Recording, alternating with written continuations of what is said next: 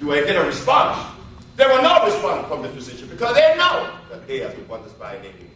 I don't think it's the physician either. No, it's not the physician. It's the pharmaceutical laboratories, not the physician. Because the physicians are doing a better job than I'm doing. He could diagnose you in a way that I could never. But I don't need to diagnose you because I really know what the disease is. I told the Supreme Court there's only one disease. There's never been two. Never been two. So just I don't want to go around randomly presenting this argument this evening, but we're going to take it easy here with this one disease. We're going to concentrate on that. The judge asked me, what is the difference with your approach and that which prevails? I said that which prevails claims that there are multiple diseases. And the multiple disease should be treated with an inorganic substance, which is a chemical.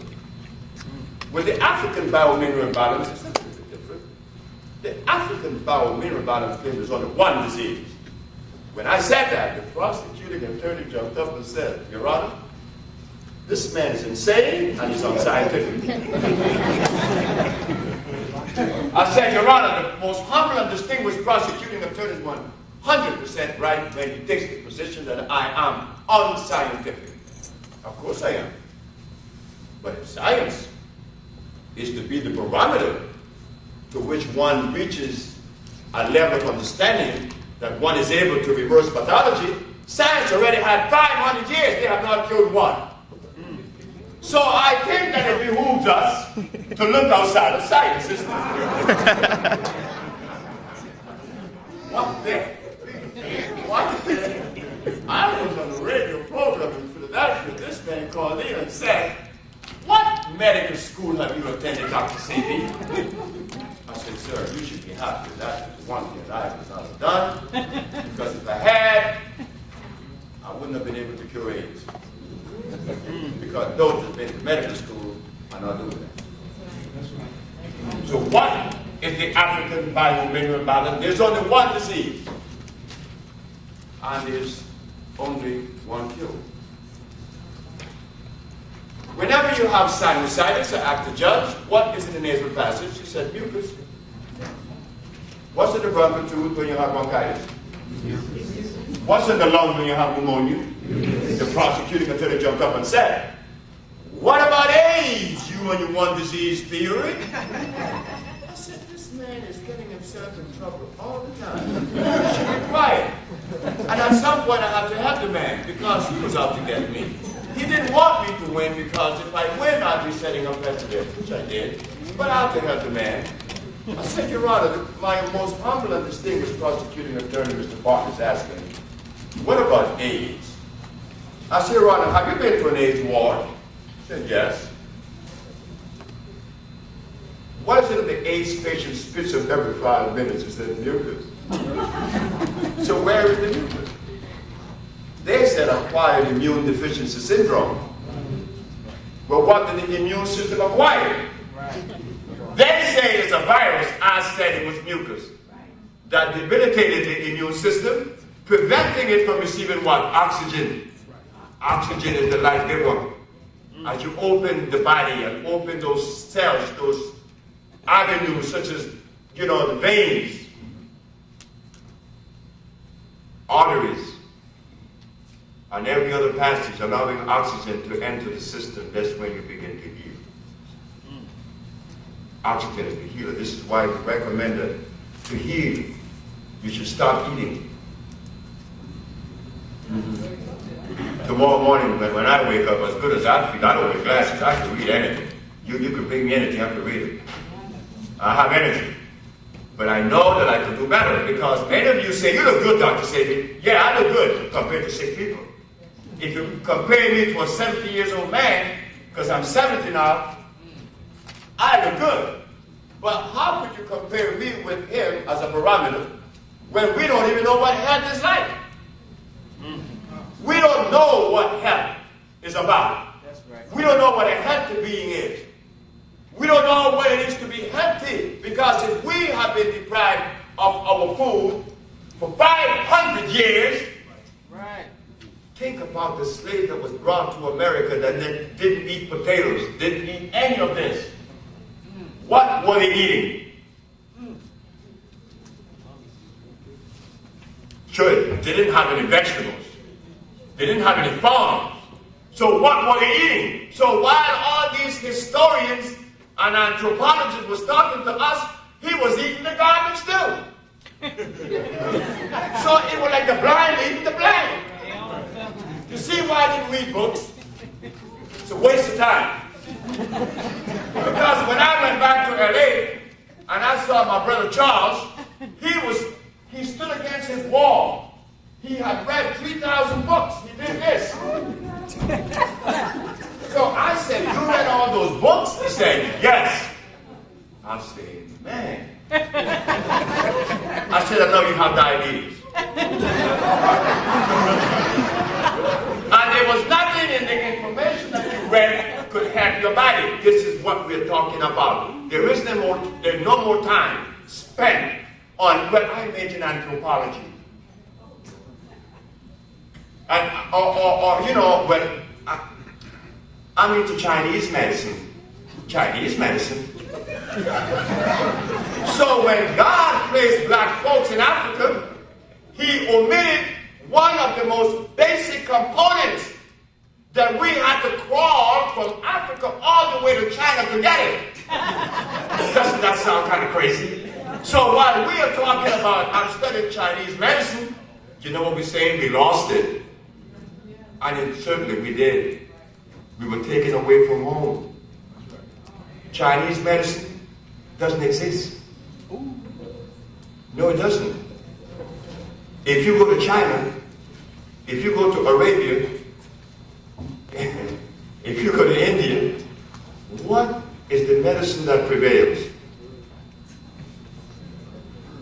Chemicals, not herbs. Drugstore. You go to Pakistan, they even sell it in the alleyways. Everybody sells drugs, pharmaceuticals out their house in Pakistan. So while the Muslims are calling the white man the devil, look at what they eat. The Muslim in Arabia eat barley. Who made that? Europe. Who made the lamb? Europe. Who made every piece of medicine that the Arab use in Arabia? Europe. So I'm asking, what is the beef here? You're praying to Allah, but you're eating his food. You see, there is a contradiction. There is a great contradiction, a very large, big, juicy one. But we're not to be blamed for that. All we're saying now, we have to wake up and look at this thing right. That's right. Just take another look at it. I'm not better than a Muslim. I'm not better than a white man or a Chinese or an Eskimo. But I know something. I am different. And in that difference makes a big difference. That difference that exists, I need to know to keep me in harmony. That I can love Chinese and white folks, and primarily myself first. But I can't love no white boy eating cassava. I'm lying to him because I'm hurting. I'm eating cyanide, and I love you. I'm eating cyanide, and I call myself, I'm spiritual.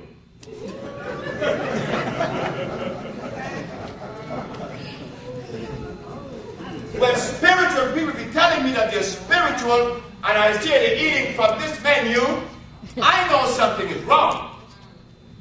I know that something is wrong with us.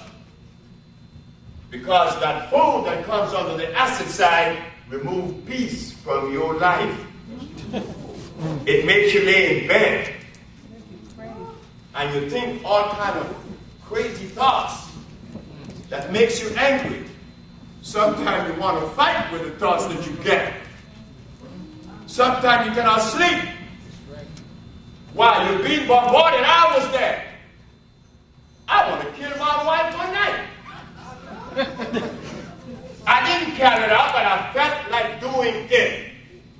And yet 7 years later, why did I go back to find her? to tell her how sorry I were and to tell her that I want to kill her. But that was the God in heaven truth. But why did I see her different 7 years later?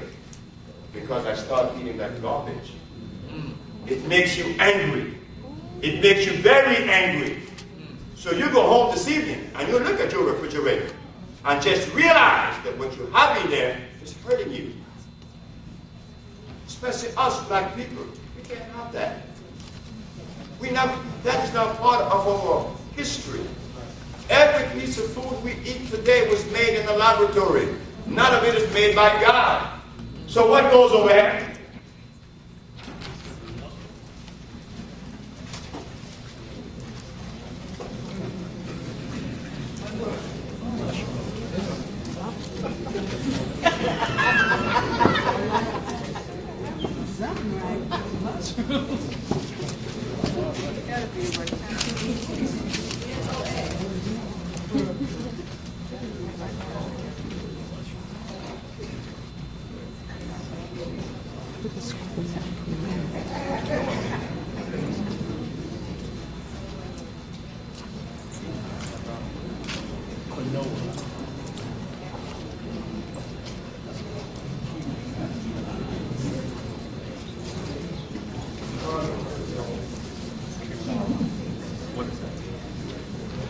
And there are many more. I underline your part. In my last 28 years of research and studies and practicing, I hear many of my brothers and sisters talk about Chinese medicine. They talk about homeopathic medicine. You know, they talk about yin-yang. They talk about macrobiotic. But just think about Mr. Osawa in Japan. What did he recommend that you eat in large quantities to remove your disease? What did he say to eat? Rice. Now, Mr. Osawa was respected by many of us for being one of the greatest healers in the world. And he recommended we eat rice, and rice is cyanide.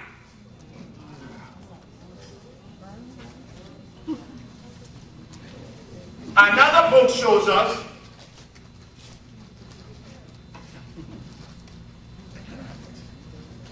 that garlic lowers your pressure. Garlic will lower your pressure. But what they didn't tell you is this.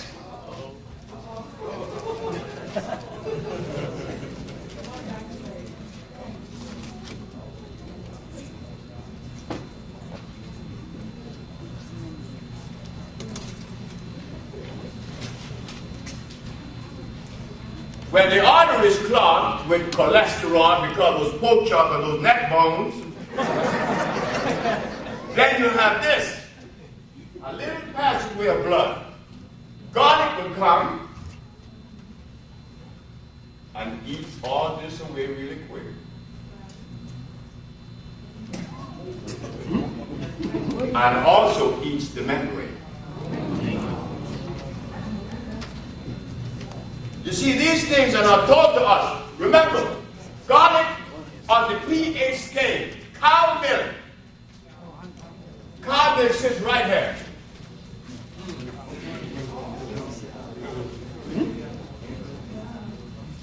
Beer sits right here. Beer and wine. But the lower you go on the pH scale, the more acid that substance will be. So now, where do you all think garlic fit? Number one. Boy, you really have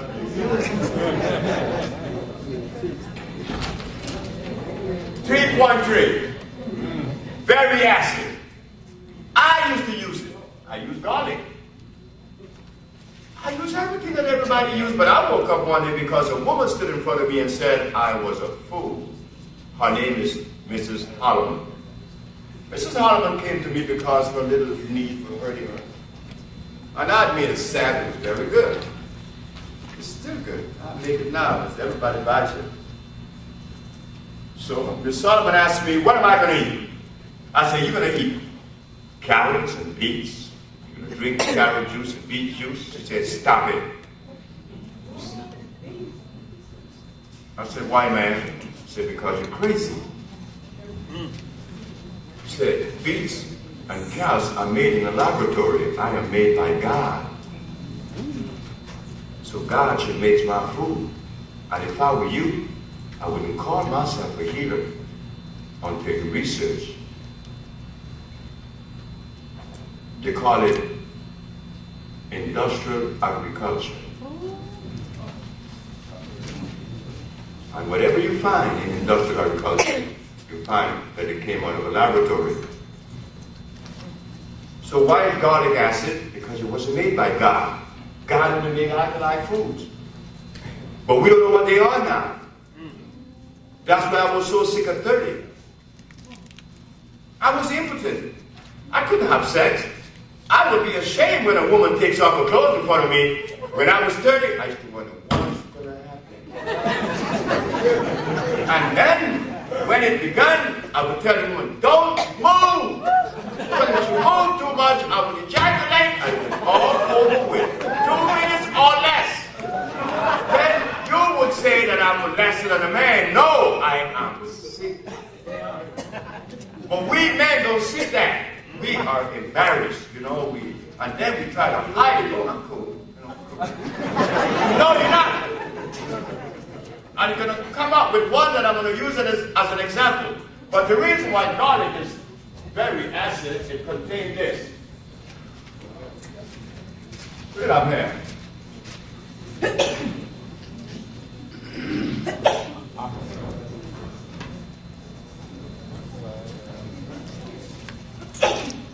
Oxide of value.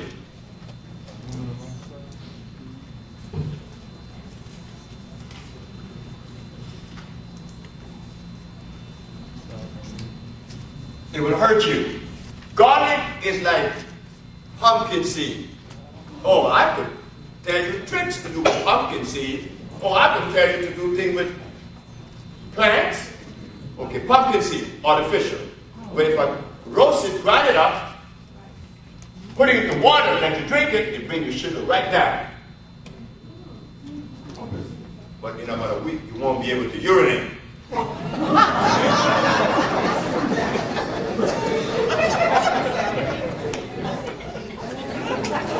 I could also take the bark from the cashew tree, boil it and give it to you. I would bring your sugar down, but I would destroy your liver.